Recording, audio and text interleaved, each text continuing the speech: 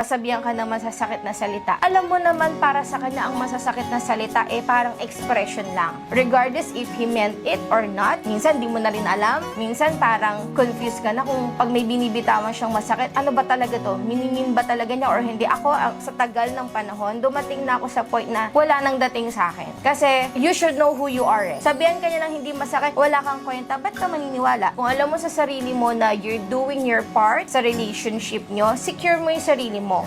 Yes, it hurts. Hindi ko sinasabing hindi ako nasaktan, hindi yun naka-apekto sa mental and emotional health ko. But I did my part na, ma-overcome, ayusin ko yung sarili ko. Hindi yung parang malulugmok na lang ako, ganyan, tas wala akong gagawin. Isa yun sa ginawa ko na, habang tumatagal, wala nang dating sa akin yung mga salita. Kasi yun na nga kilala ko na yung partner ko as nagbibitiw ng mga reasons kung bakit nagkakaroon. Oo, Ganun, salita lang yun. Nasasabi yun.